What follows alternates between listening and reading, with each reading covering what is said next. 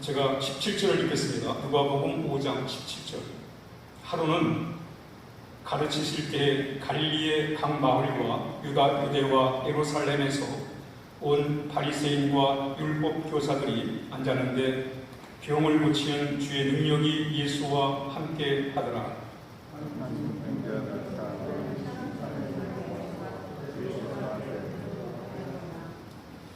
무리 때문에 밀고 들어갈 길을 얻지 못한지라 지붕에 올라가 기와를 벗기고 병자를 침상 채 무리 가운데로 예수 앞에 달아 내리니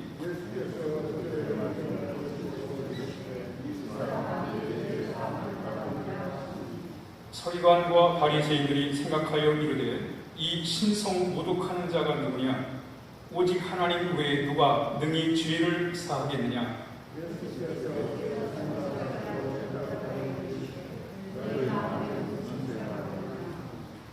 내 죄 사함을 받았느니라 하는 말과 일어나 걸어가라 하는 말이 어느 것이 쉽겠느냐?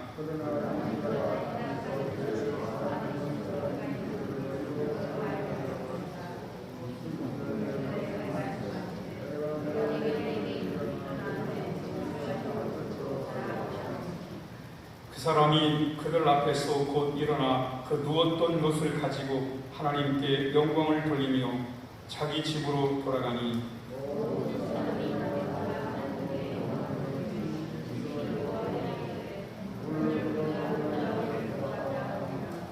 아멘. 어떤 사람이 독일의 철학자 니체에게 물었어요. 니체는 무신론자입니다.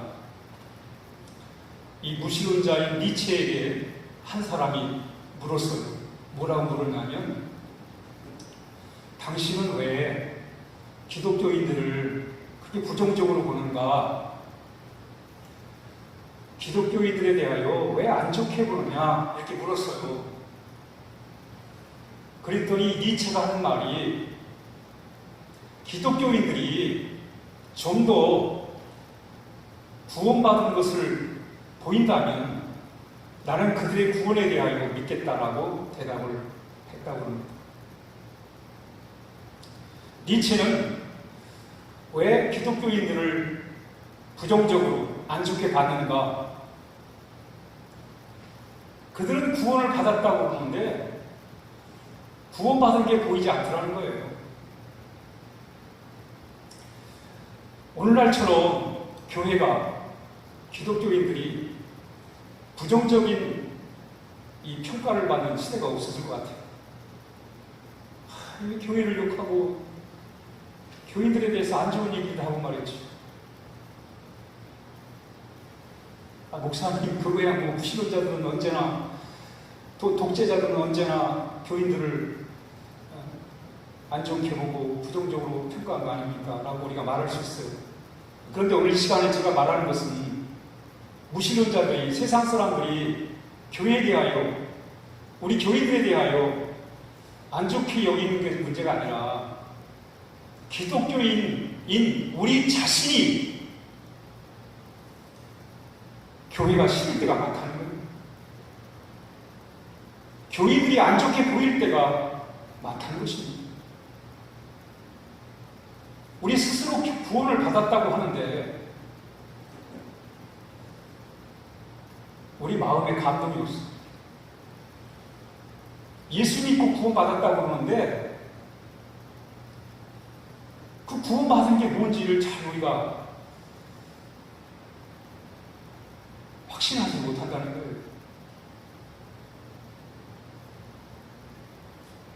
그래도 예수님을 만나서 구원을 받았다면 그 만남의 즐거움이랄까, 만남의 그 기쁨이 있어야 되지 않겠어요? 예수님을 만났는데, 구원을 받았는데, 참 구원이 위대한 것인데, 이 세상에서는 얻을 수 없는 것인데, 자기가 좋아하는 유행가 가수가 노래 하나 불러도 가슴이 뭉클한데, 우리를 구원하신 예수님을 만났다고 하는데 우리의 가슴엔 그런 보람이 없는 거예요. 그런 감동이 없어요.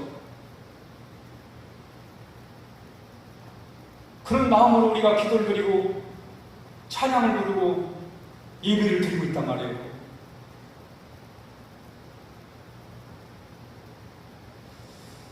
오늘은 문제를 우리 마음에 새기면서 오늘 제가 성경 이야기 하나 들려드리도록 그렇게 하겠습니다.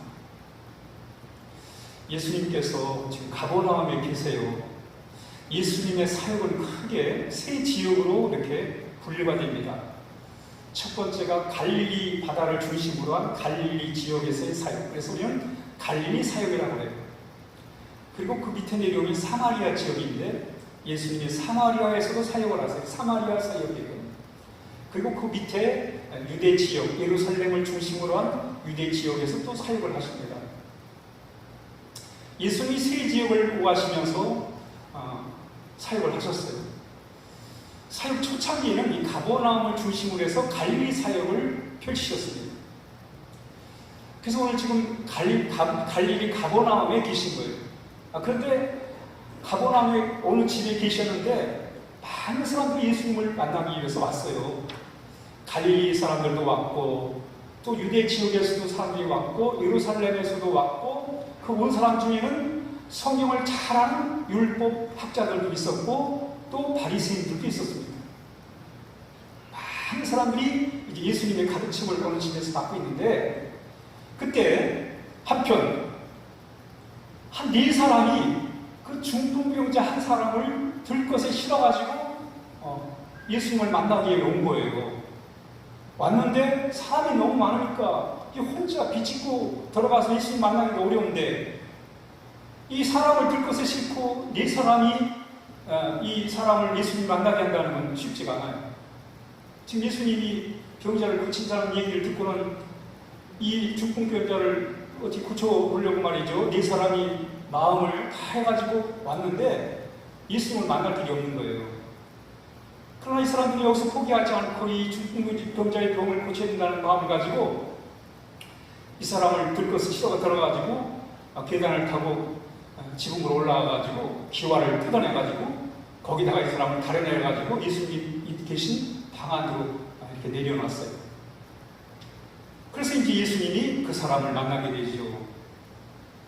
근데 예수님이 그 사람을 향해 뭐라고 그러냐면 내 죄사함을 받았느니라 이렇게 말을 해요. 죄사함을 받았느니라. 이 사람은 지금 죄를 용서받기 위해 온 게 아니에요. 병을 고치기 위해서, 이 중풍병을 고치기 위해서 왔어요. 근데 예수님은 병을 안 고쳐주고 내 죄사함을 받았느니라 이렇게 말씀을 하시는 거예요.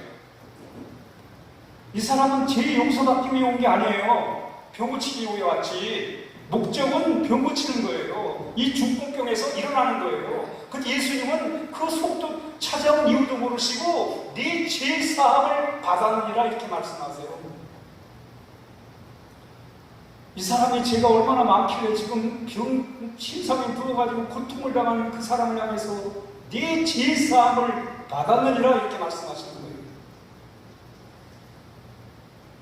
그랬더니 주변에 있던 이 바리새인들이 야, 이건 신성모독이다. 죄는 하나님이나 용서하시는 것이지 어떻게 사람 인간이 돼가지고는 예수가 다른 사람의 죄를 용서할 수 있다 하냐, 사할 수 있다 그러냐 하면서 막 숭거리는 거예요. 그때 예수님께서 숭거리는 소리를 들으시고는 왜 그렇게 생각하느냐, 나는 바로 사람의 죄를 사할 권세가 내게 있다 그러시면서 이 중풍병자를 병을 고쳐주세요. 그래서 이 사람이 이제 고침을 받고 거기서 하나님을 경험하게 돼요. 병에서 노임받는, 죄에서 노임받고 병에서 고침받는 하나님을 체험하게 됩니다. 그래서 마음에 이 감동이 오는 거예요. 왜 하나님을 체험했으니까. 평생 일어나지 못할 줄 알았는데 하나님의 은혜로 일어났잖아요. 우리 주님을 통해서 일어났잖아요. 하나님께 영광을 돌릴 뿐만 아니라 주변에 있던 사람들도 그 기적을 받아보면서 야, 하나님은 과연 살아계시구나. 하나님은 정말 계시구나. 하나님은 정말 살아계시구나. 이러면서 영광을 돌렸다는 말씀이 바로 오늘 본문의 말씀이 되겠습니다.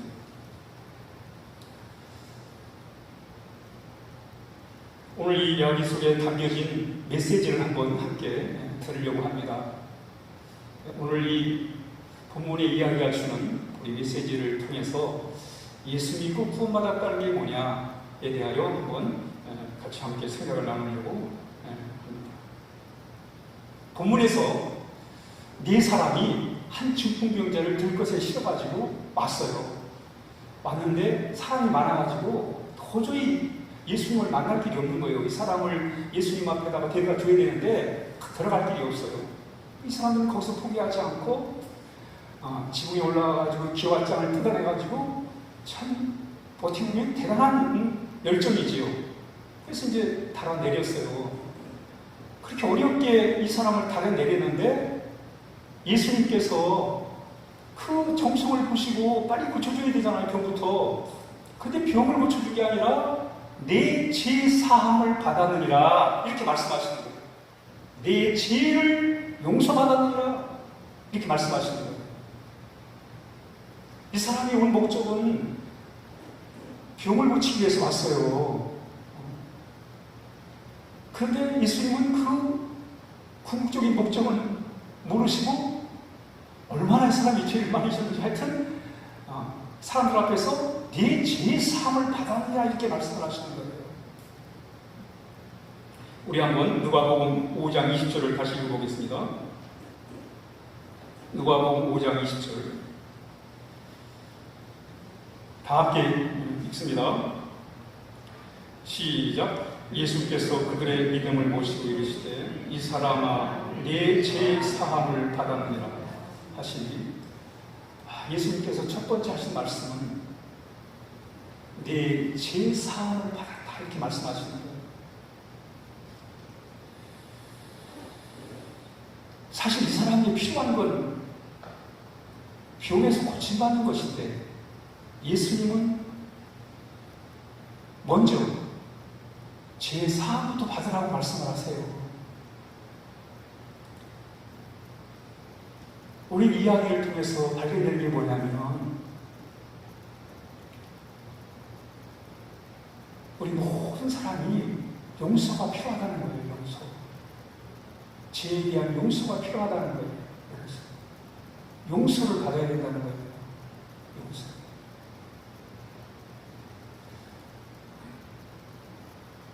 신앙의 시작은 여기서부터 시작되는 거예요, 여러분.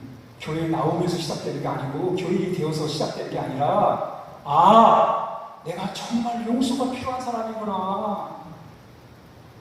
하나님의 용서가 필요한 사람이구나. 그걸 깨닫는 거예요. 이게 신앙생활의 시작입니다. 이게 안 돼버리면 예수님을 만날 수도 없지만 예수님을 체험할 수도 없고 하나님을 경험할 수도 없어요. 기독교 신앙 안에서.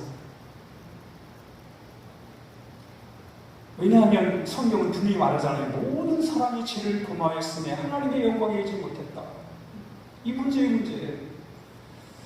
다른 종교들은 어떻게 하면 복 받나, 어떻게 하면 뭐 편안하게 사느냐, 뭐 그런 데 관심 갖고 있어요. 어떻게 하면 복 받고, 어떻게 하면 편안하게 살고, 어떻게 하면 잘 사는가. 이게 그들의 궁극적인 목적이에요. 근데 우리 기독교 신앙은 어떻게 하면 내 안에 있는 이 죄의 문제를 해결하고 살아갈 것인가. 우리 가정 안에, 우리 이 사회 안에, 이 세상 가운데 있는 이 죄의 문제를 어떻게 해결하고 살아갈 것인가. 그게 기독교의 핵심이에요, 여러분. 이 사람이 중풍병자가 병 고치기가 왔죠. 중요하시고 병 고치기가 얼마나 중요해요. 근데 병 고치는 것보다 더 중요한 게 뭐냐? 죄를 용서받는 거예요. 여러분, 왜 이 세상이 힘들고 어렵고 갈수록 불안하고 그렇습니까? 죄 때문에 그래요. 죄 때문에. 서로를 믿을 수 없고 치열한 경쟁에서 서로를 속이고 대죄도 있고 구조적인 죄도 있고 이 악들이 막 구석구석에 들어가 있잖아요. 여러분, 우리 가정의 행복을 깨는 게 뭐예요? 죄예요, 죄. 가정 안에 교만이 들어가 버리면 그 가정은 행복이 깨져버리는 거예요. 가정 안에 시기와 질투가 들어가 버리면 그 가정은 행복이 깨져버리는 거예요. 그래서 오늘 우리에게 참으로 중요한 게 뭐냐면, 나는 용서가 필요한 사람이구나, 그걸 깨닫는 거예요. 근데 많은 사람들은 그렇게 생각하지 않지요. 나는 용서가 필요한 게 아니라 내가 용서할 사람만 있어. 내가 용서가 필요한 게 아니라 내가 용서해야 될 사람만 있다, 이렇게 생각한다는 거죠. 여러분, 세상에 보세요. 다 자기 전략만 살잖아요. 용서가 필요 없는 사람들처럼 살잖아요.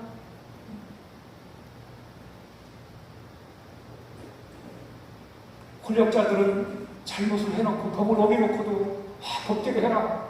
그래놓고는 그 잘나가는 변호사를 통해가지고는 또 그걸 또 법을 피해가잖아요.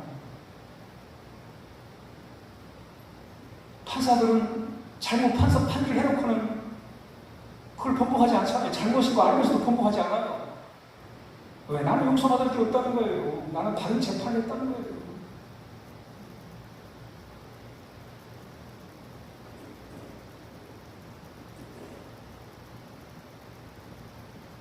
여러분, 우리 사회가 나는 용서받아야 될 사람이다, 그런 마음만 가져도 우리 사회는 많이 정화가 됩니다.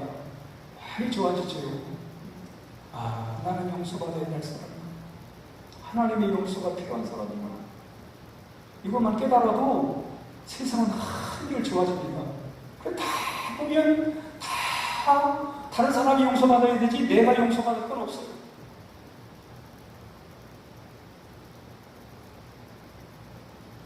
옛날에 왕들은 용서가 필요 없다고 생각을 했습니다. 용서가 필요 없었어요.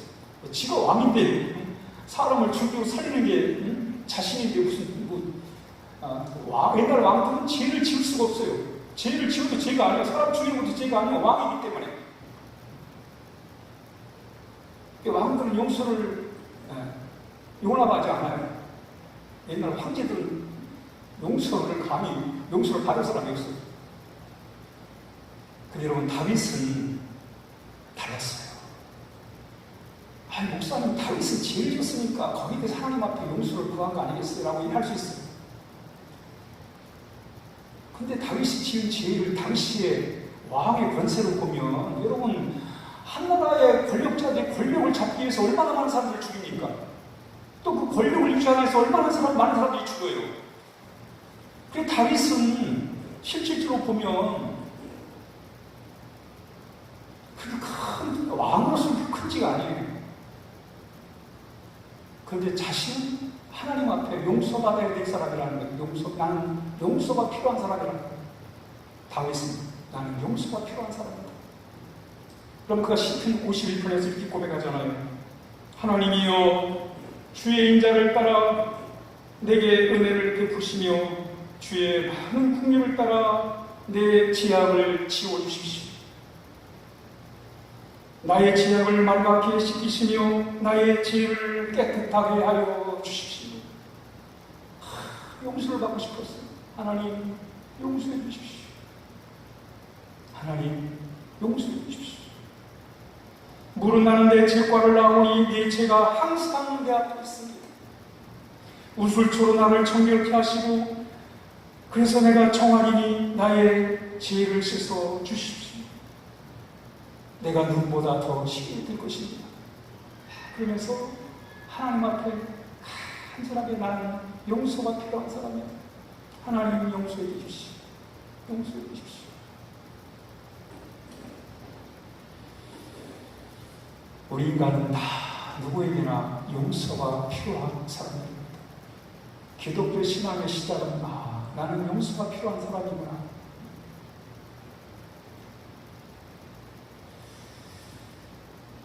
여리고에 삭개오라는 사람이 있었어요. 그는 우리가 잘 아는 것처럼 세리장이고 세무서장이고 부자였어요. 아실 거 하나도 없어요. 근데 그가 예수님을 만나기 위해서, 여리고에 오신 예수님을 만나기 위해서 나와요. 나왔는데 사람이 얼마나 많은지 말이에요. 예수님을 만날 수가 없는 거예요. 거기다가 키가 작아가지고 예수님을 쳐다볼 수가 없어요. 그러면 만나기는 안 되네, 못 만나겠네, 그리고 그냥 집에 돌아가면 되는데, 이 삭개오가 말이에요, 예수님을 만나려고 뽕나무로 올라가는 거예요. 뽕나무에 올라가가지고는 예수님이 지나가길 기다리고 있어요. 얼마나 창피해요, 여러분. 그래도 세무서상이고 부자고 남한테 아쉬움이 없는 이런 사람이 말이죠. 예수님을 만나겠다고 뽕나무에 올라가는 거예요. 이제 예수님과 눈을 마주쳐가지고 예수님이 내려오라고 해요. 내려오래가지고 자기 집으로 돌아갑니다. 근데 오늘 여기서 우리가 한 가지 생각, 왜 삭개오는 그렇게 예수님을 만나려고 하는가? 뭐가 아쉬워서? 뭐 돈도 많고 권력도 있고 사는 게 불편한 게 없는데 뭐가 아쉬워서 예수님을 만나려고 하는가? 뭐 예수님이 대단한 무슨 권력을 가진 분도 아니고 또 무슨 예수님을 통해서 삭개오가 무슨 부를 더 누릴 수 있는 것도 아니고 가난한 예수님을 만나봐야 뭐 특별한 게 없잖아요. 그 예수님을 만나려고 그렇게 애를 써요. 그 뽕나무까지 올라와가지고 침례물과 올라가서 예수님을 만나려고 막 애를 쓰는 거예요. 왜 삭개오는 예수님을 만나려고 그렇게 애를 썼는가?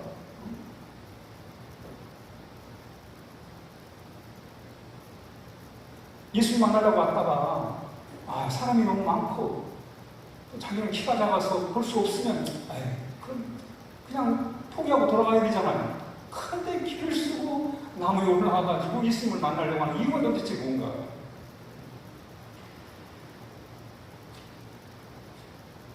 이 이유를 우리가 살펴보면 있어서 그 동네 사람들이 삭개오라에게 뭐라고 하는가를 우리가 발견할 수 있어요. 예수님이 삭개오의 집으로 들어가요. 이때 동네 사람이 뭐라고 그러냐면, 야, 예수님이 어떻게 죄인의 집에 들어가는가? 어떻게 죄인의 집에 들어갈 수 있냐? 하면서 막 숨부리는 거예요. 여러분, 삭개오가 예수님을 그렇게 만나길 원했던 것은 좀 더 무슨 예수님을 통해서 복을 받아가지고 부자가 되고 좀 더 나은 삶을 살기 위해서 그런 게 아니라 용서받고 싶어서, 죄를 용서받고 싶어서. 그래서 삭개오는 그렇게 예수님을 만나려고 애를 쓰는 거예요. 용서받고 싶어서. 예수님 만나가지고 그러잖아요. 예수님, 이제 내가 그동안 내 재산의 절반을 가난한 사람에게 주겠습니다. 내가 부당하게 취하는 것은 내가 4배로 갚겠습니다. 이 용서를 구하잖아요. 용서받고 싶었어. 이때 예수님이 뭐라고 그래요? 용서하시잖아요. 이 집에 구원이 이르는다. 여러분, 구원이 뭐예요? 용서받는 게 구원이에요, 여러분. 예수 믿고 구원받았다는 것은 용서받았다는 거예요. 용서받았다는 거예요. 예수 믿고 구원받았다. 이 말은 용서받았다는 거예요.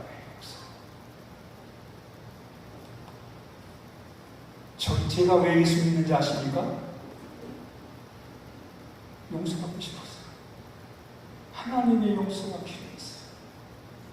예수님의 용서가 필요했어요. 그래서 예수 믿는 거예요.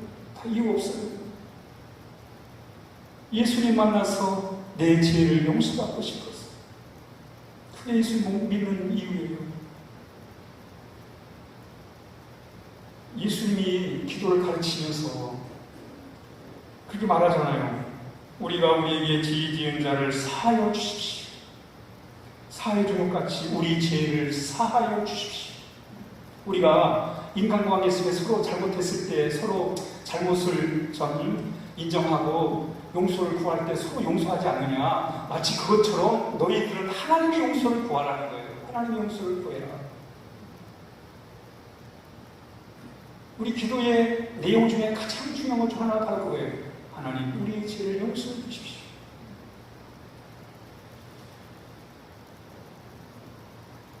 우리는 하나님의 용서가 필요한 사람들이라는 것을 깨닫는 게 바로 신앙의 시작입니다. 여러분, 세계 역사를 보십시오. 세계 역사는 보복의 역사입니다. 보복의 역사. 사람을 죽이고 또 죽이고 말이죠. 여러분, 그 4대, 섹스피어의 4대 비극이 뭐예요? 보복하는 거예요, 보복하는 거예요. 보복의 연속성이에요. 누군가가 우리 아버지를 죽이면 죽였으면 제가 아버지를 죽인 그 원수를 또 죽이는 거예요. 그럼 그 원수의 자식이 있잖아요. 자식은 또 자식이 자기 아버지가 죽었잖아요. 그러니까 이 자식이 또 보복을 해야 돼요. 그 자식이 또 나를 죽여야 돼요. 그럼 내가 죽으면 우리 자식이 또 가만히 있으면 또 보복을 또 해야 되지. 이 역사를 이전까지 쭉 보면 보복의 역사였어요. 근데 그 보복의 역사를 맥을 끊는 게 뭐냐면 예수님의 십자가예요. 용서의 십자가. 그 보복의 끝을 내는 게 바로 십자가라는 거죠. 하나님의 용서예요. 하나님의 용서. 그 니체가 예수님에 대해서 이렇게 비난해요. 예수님께서 그런 말씀을 하잖아요.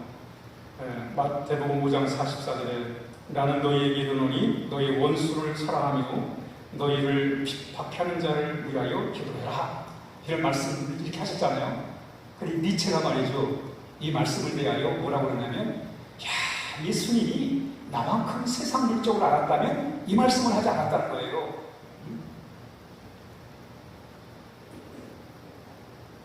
너의 원수를 사랑하며 너희를 박해하는 자를 위해서 기도를 해라. 예수님이 세상 물적, 세상이 돌아가는 걸 알았다면 이런 말씀, 원수를 사랑하고 너를 박해하는 자를 위해서 기도해라, 이런 말씀을 하지 않았을 거라는 거예요.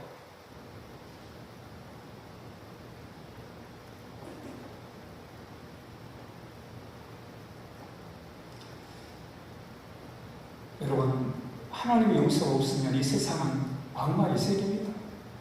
악마의 세상이 되는 거예요.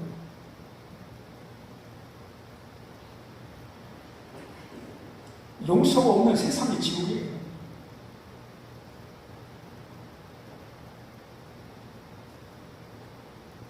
죄인이 용서받기를 거절하면 결국 멸망하는 거예요.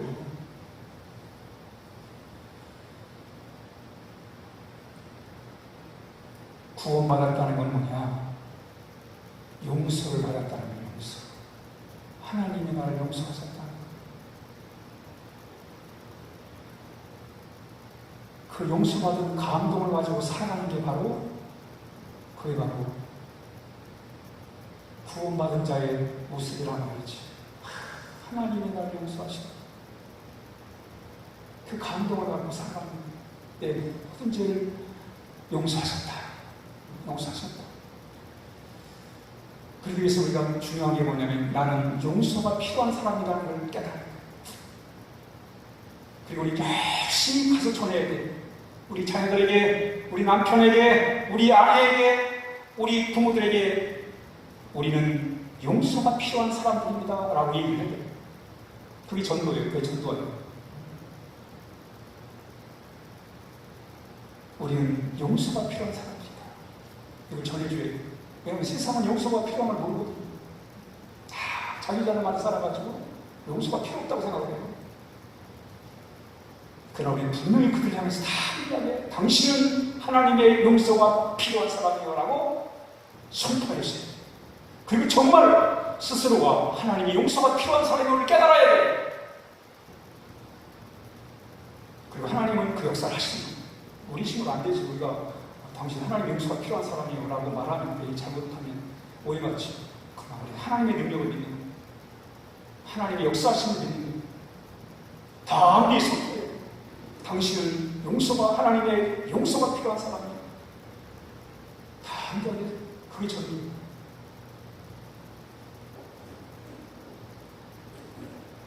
그런데 하나님은 정말 용서하시는 하나님이세요. 우리 한번 누가복음 5장 21절을 읽어봅니다. 누가복음 5장 21절 시작. 서기관과 바리새인들이 생각하여 이르되 이 신성모독하는 자가 누구냐? 오직 하나님 외에 누가 능히 죄를 사하느냐? 그렇습니다. 여러분, 하나님 우리의 죄를 사하신 분이세요. 하나님은 우리를 죄를 사하신 분이세요. 우리 이걸 믿어야 돼요. 여러분, 내가 용서가 필요한데, 하나님이 용서가 필요한데 하나님이 용서하시는 분을 믿어야지요. 용서의 하나님을 믿지 못하면 우리 용서를 체험할 수가 없어요. 우리 용서의 하나님을 우리는 체험해요. 왜? 하나님은 용서하시는 분이세요. 사랑 중에 최고의 사랑이 뭐예요? 용서받은 사랑이에요, 여러분.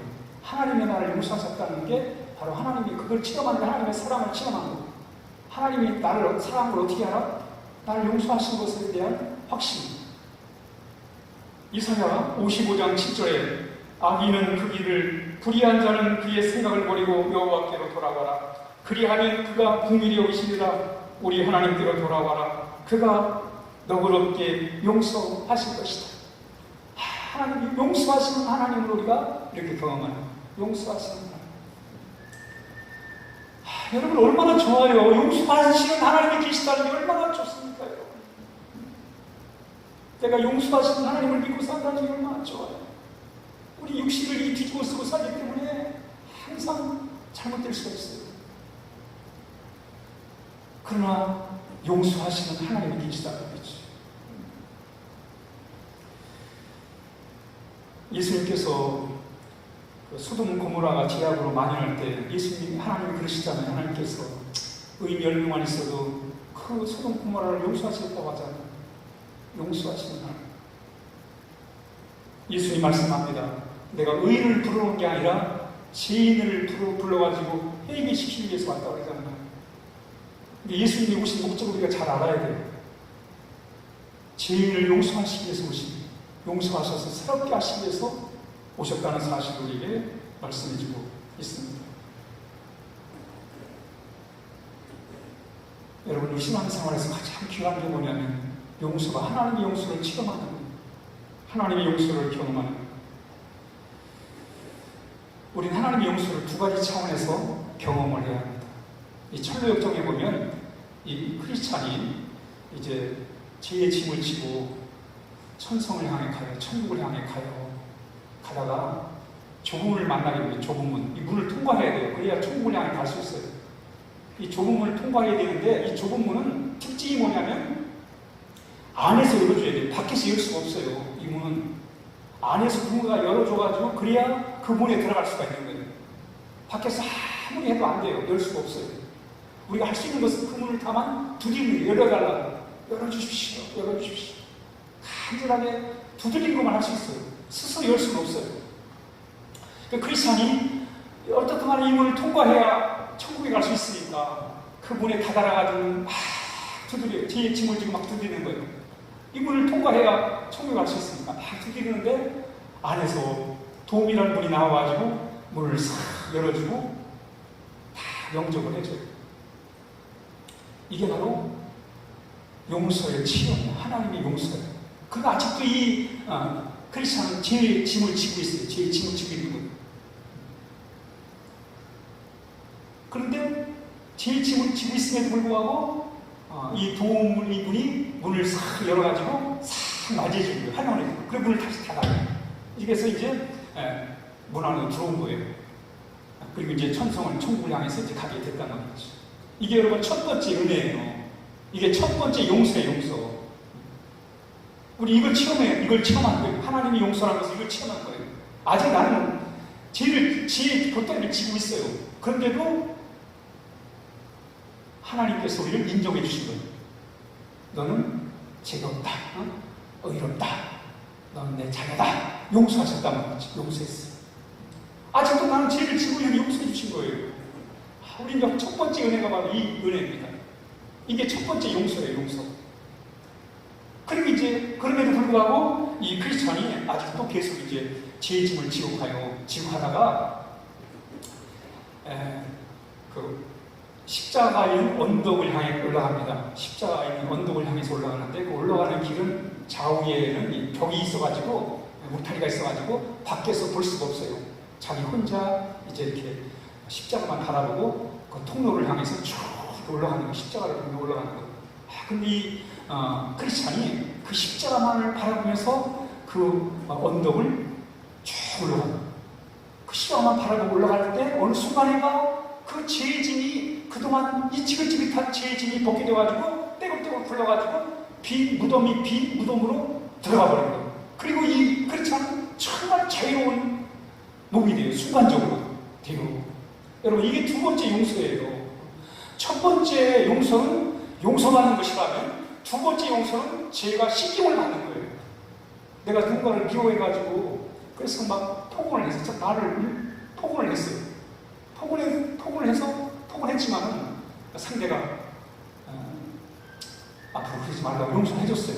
그럼에도 불구하고 아직도 나는 이 미운 감정이 그에 대한 미운 감정이 있는 거예요. 그런데 어느 순간인가 주님과 함께함으로 인해서 그 미운 감정이 내 안에서 사라지는 거예요. 이거는 마치 이 크리스찬이 십자가를 보고 올라갈 때 양쪽 얘는 울타리가 있어가지고 밖에서 사람들이 볼 수가 없어요. 언제 죄짐이 벗겨지는지를 다른 사람이 볼 수가 없어요. 그러니까 자기만 아는 친구예요. 이 내 안에 있는 이 미운 감정들, 안 좋은 감정들이 우리 주님의 십자가를 바라볼 때 사라지는 거예요. 그게 바로 두 번째 용서예요. 용서. 우리는 이걸 경험하며 살아가는 거예요. 내 안에 있는 안 좋은 이 쓴뿌리들이 내 안에서 하나하나 정리되어 나가는 바로 이 체험을 위해서 우리 두 번째 용서까지 우리가 하나님 안에서 두 번째 용서까지 우리가 받아야 된다는 거예요. 근데 여러분, 우리가 용서받는다는 게 얼마나 좋은지 모르는 거예요. 첫 번째 용서는 아직도 내가 죄짐을 갖고 있지만, 내 안에 죄성이 있지만 어떻든 간에 하나님, 나는 용서를 받아서 하나님의 자녀로, 거듭난 자로, 중생한 자로 하나님의 자녀로 살아요. 그렇지만 내 안에 이 죄성이 남아있어요. 근데 우리가 십자가를 바라보며 주님과 함께할 때 두 번째 용서가 이루어지는 거예요. 그건 뭐냐면 내 안에 있는 이 죄성들이 하나하나 이렇게 정리가 되는 거예요. 이 성결의 은혜, 성결의 은혜. 이 두 번째 용서. 여러분, 이런 용서 속에서 내가 좋아지고, 우리 가정이 좋아지고, 우리 사회가 좋아지고, 세상이 좋아지는 거예요. 우리 두 번째 용서까지 경험을 하셔야 돼요. 첫 번째 용서는 아직도 죄성이 내 안에 있지만 용서받았어요. 하나님의 자녀가 됐어요.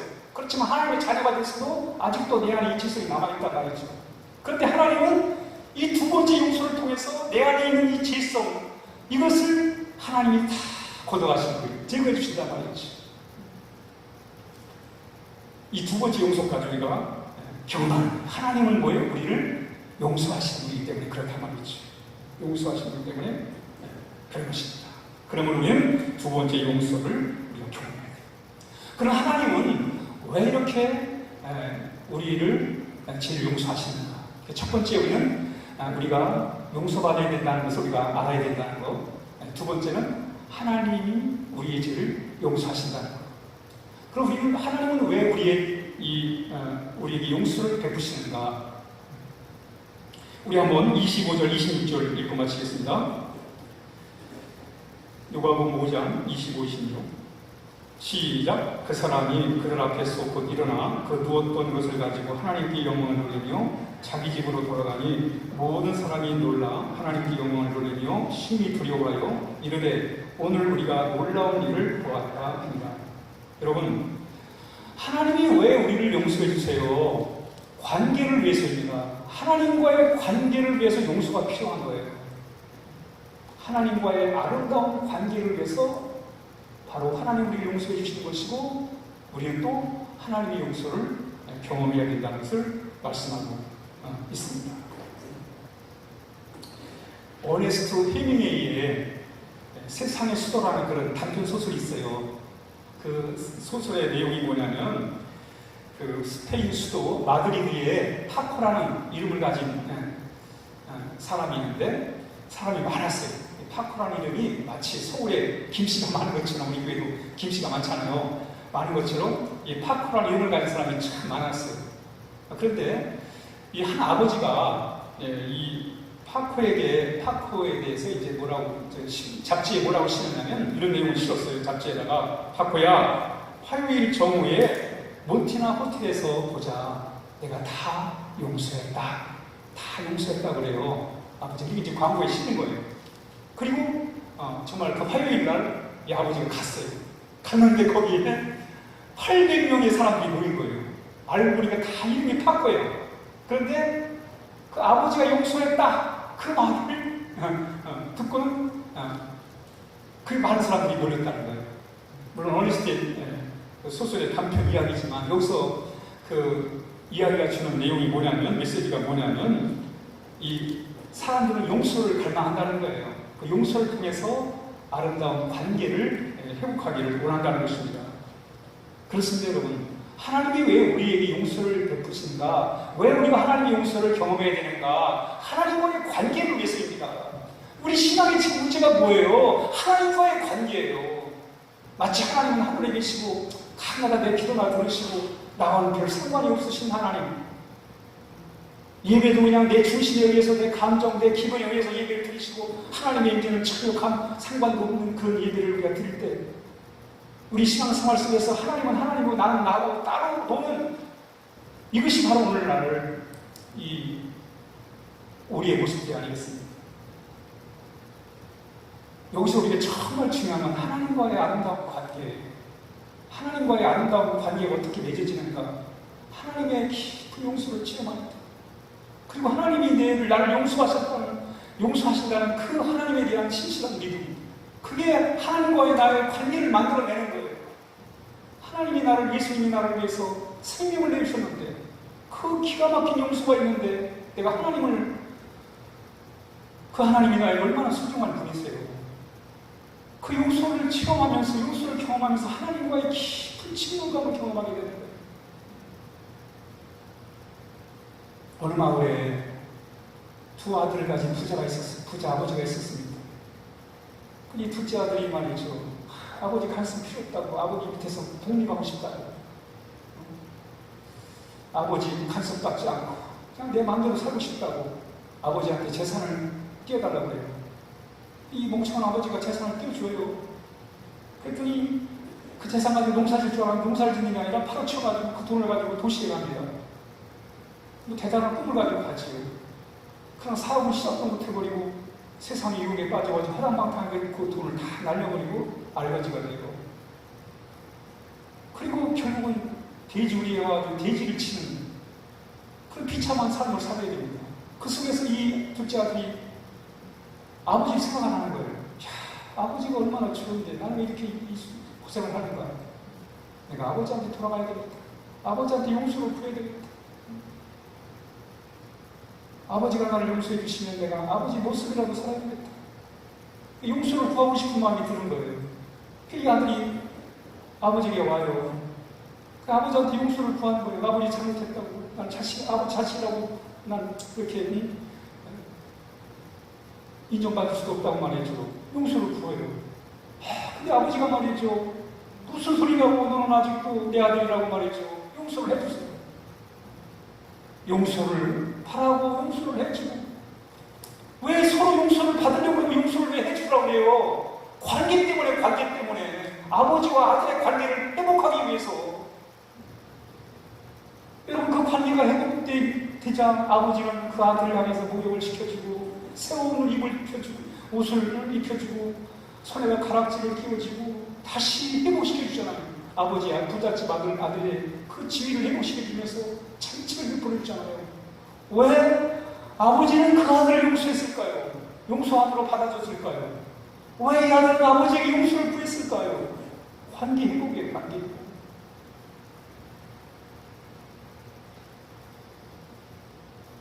예수님 어느 날 수건을 들이시고 대야에 물을 떠다가 제자들의 발을 씻기잖아요. 그래서 이제 베드로가 첫 번째 발을 씻기려고 하니까 베드로가 하는 말이 예수님 무슨 소리예요? 제가 예수님 발을 씻기니 예수님이 내 발을 씻기십니까? 그때 예수님 뭐라고 해요? 내가 네 발을 씻기지 않는다가 너와 상관이 없다고 말하잖아요. 이때 베드로가 발만 아니라 온 전신을 다 씻겨주십시오. 왜? 베드로가 예수님과 더 깊은 아름다운 관계를 맺기를 원했던 거예요. 관계입니다, 여러분. 용서가 왜 필요해요? 관계예요. 왜 하나님의 용서가 필요합니까? 하나님과의 끈끈한 관계를 위해서예요.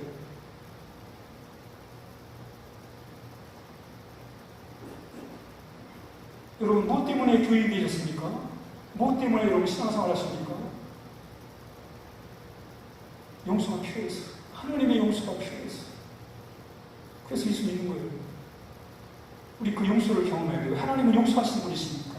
우리 그 하나님을 다윗이 경험했던 것처럼, 바울이 경험했던 것처럼, 삭개오가 경험했던 것처럼, 막달라 마리아가 경험했던 것처럼 우리도 하나님의 용서를 경험하셔야 돼요.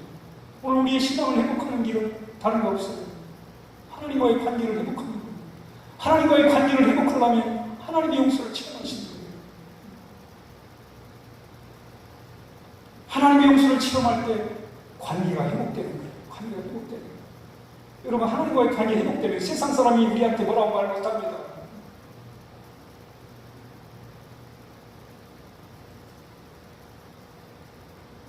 왜? 우리 안에 영적 능력이 있기 때문에 세상 사람한테 함부로 할 수가 없는 거예요. 오늘 우리는 정말 우리에게 필요한 것은 오늘 하나님의 용서를 경험하는 거예요. 그래서 그 용서를 바탕으로 하나님과 더 가까워지는 거예요. 이번에 제가 휴가를 맞아서 오랜만에 저희 시골에 계신 부모님을 뵙게 됐어요. 그 어머님이 간증을 하시면서 그 얘기를 하시더라고요. 하나님이 좋다는 거예요. 나는 하나님이 좋다. 뭐 연세가 90 하나니까 그냥 뼈만 남으셨어요. 뼈만 남으셨어요. 근데 하나님이 좋다는 거예요. 하나님이 좋다. 그러면서 하는 말이, 야, 하나님이 나를 얼마나 사랑하면 이렇게 하나님이 좋을까? 하나님이 나를 얼마나 사랑하면 내가 이렇게 하나님이 좋을까? 자다가 노인들이 자기 들 때가 많잖아요. 자다가 깰 때가 많잖아요. 그러면 깨서는 하나님 생각하는 게 좋다는 거예요. 하나님 생각하는 게 좋다.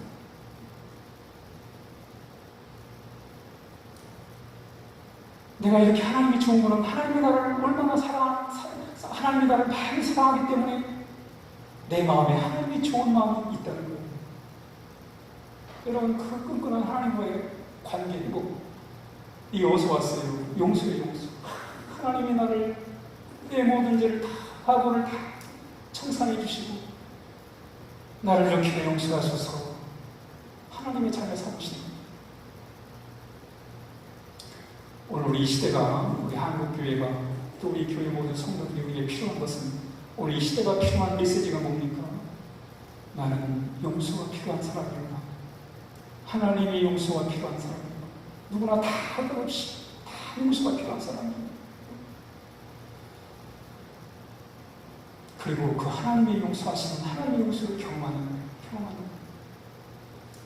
그리고 그 용서를 경험을 통해 하나님과의 관계가 다시 재확인되고 더 뜨거워지고 더 강해지고 더 확실해지고, 이때 우리는 세상이 감당할 수 없는 빛과 소금의 사명을 감당하는 오늘 그리스도인이 되게 될 것입니다. 우리를 그렇게 하는 분은 예수님이세요. 여러분, 교회를 욕하고 교회를 욕해도 하나님 예수님 욕한 사람은 없어요. 우리는 이제 우리가 가야 할 길을 뻔합니다. 그렇죠. 우리는 주님 붙들고 살고 주님 전하는 거예요. 교인은 입이 욕을 얻어먹고 있고 교인들은 별로 안 좋게 평가되니까 우리 교인을 자랑할 수도 없고 교인을 뭘 얘기할 수가 없어요. 그러나 우리 예수님은 당당하게 세상 사람을 향해서 당당하게 전해줘야 돼요. 당신은 하나님의 용서가 필요한 사람이다. 그래서 예수님을 믿어야겠다. 우리 담대하게 그들에게, 아무리 그들이 교회를 어떻게 생각하고 교회를 어떻게 생각할지라도 우리 분명하게 당신들은 하나님의 용서가 필요하고 그래서 예수를 믿어야 되고 하나님과의 관계를 회복해나가고 담대하게, 여전히 담대하게 복음을 전해야 될 것입니다. 기도하겠습니다. 하나님 아버지, 우리를 용서해 주셔서 감사합니다. 그 용서의 사랑을 통해서 하나님과의 아름다운 관계가 회복되게 하시고 그 관계가 주는 영적 담대함과 영적 충만함과 능력을 가지고 이 세상에 소금 빗대어 살아가게 하여 주시옵소서. 아무리 세상이 변해도 예수님은 여전히 우리의 희망이시고 우리의 구원자이십니다. 구원자이신 예수님은 열심히 이 세상을 향하여 선포하게 하여 주시옵시며 예수 믿고 구원받은 자로서 살게 하여 주옵소서. 예수님의 이름으로 기도하옵나이다. 아멘.